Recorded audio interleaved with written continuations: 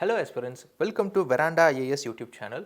Today in this video we are going to discuss about wetlands. We all know that on 2nd February 2024 we all over the world observed World Wetlands Day.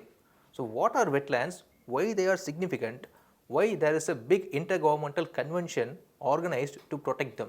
Let us discuss everything about in detail in this video. First one, what are wetlands? A wetland is a place in which the land is covered by water. Either it may be salt water or fresh water or somewhere in between, either seasonally or permanently. There are naturally made wetlands are there and also human made wetlands are there, such as fish and shrimp ponds, farm ponds, irrigated agricultural land, salt pans, reservoirs, gravel pits, sewage farms and canals. These all made the human made wetlands. Naturally made wetlands such as marshes, peatlands, ferns, etc. Where do the wetlands occur?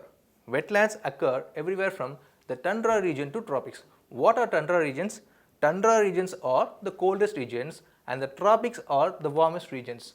So how much of the earth's surface is presently composed of wetlands is not known exactly. So the United Nations Environment Programme's World Conservation Monitoring Center has suggested an estimate of about 570 million hectares. That means 5.7 million square kilometer are covered by wetlands. Roughly 6% of Earth's land surface are covered by wetlands. Among them, 2% are lakes, 30% are bogs, 26% are fens, 20% swamps and 15% floodplains. How many types of wetlands are there? There are 5 major wetlands. They are marine wetlands.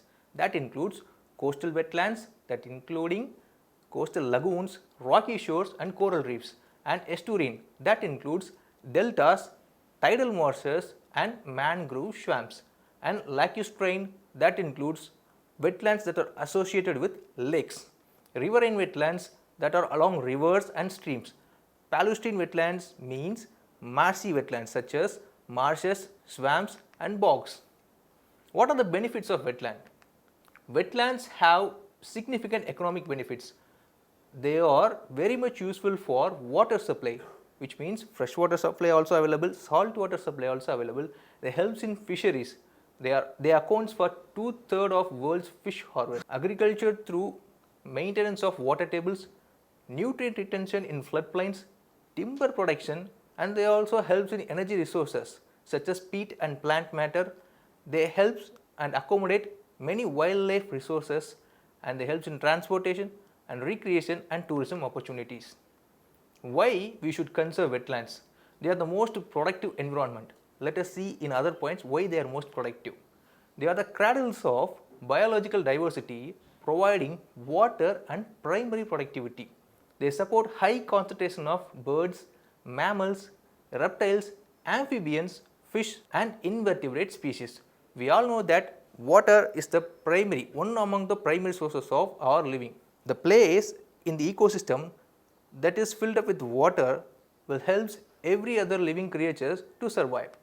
They also act as storehouse of genetic materials. For example, rice is a wetland plant which is a staple food of more than half of humanity. To mitigate water stress, that means the global freshwater consumption rose to 6-fold between 1900 to 1995, which means the consumption of fresh water has increased 6 times between 1900 to 1995. So we have to mitigate the water stress. As an aspirant, we should understand that we all are moving towards sustainable future. Sustainable future means we should be free of water stress. Water should be available for our future generations also. The wetlands easily adapt to the changing climatic conditions and its impact on our ecosystem. Next, we are going to discuss about Ramsar Convention. This is a convention on wetlands. That is another name of Ramsar Convention. It is an intergovernmental treaty that provides the framework for conservation and wise use of wetlands and their resources. This convention was adopted in the Iranian city of Ramsar in 1971 and came into force in 1975.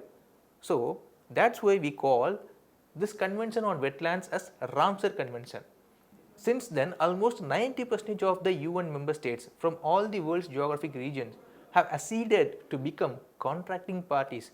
Contracting parties means they have agreed to this convention to conserve wetlands in their own country. India also member to this Ramsar convention.